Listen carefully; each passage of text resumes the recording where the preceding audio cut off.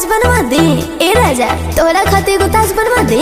के नहीं तेरा होए नहीं बाईस होखे, जौन कहबो पूरा फरमाइश होखे। अरे नहीं फॉर्च्यूनर नहीं चाहिए राजदूत, नहीं फॉर्च्यूनर नहीं चाहिए राजदूत, तो ससुर जी से तो ससुर जी से कहियो पलंगी है मजबूत हो, ससुर जी से कहियो पलंगी है मजबूत।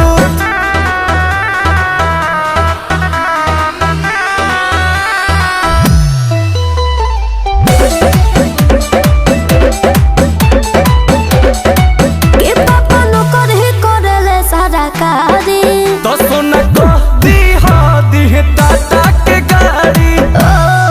तो हमर भाई हो करले ठेकेदारी, तो एगो बंगला चाहिए जेमे होके फुलवारी, नोट कलता तबे तू गोदी में खेलैबू एगो पूत, तबे तू गोदी में खेलैबू एगो पूत, तो ससुर जी से तो ससुर जी से कहियो पलंगी है मजबूत हो, ससुर जी से कहियो पलंगी है मजबूत।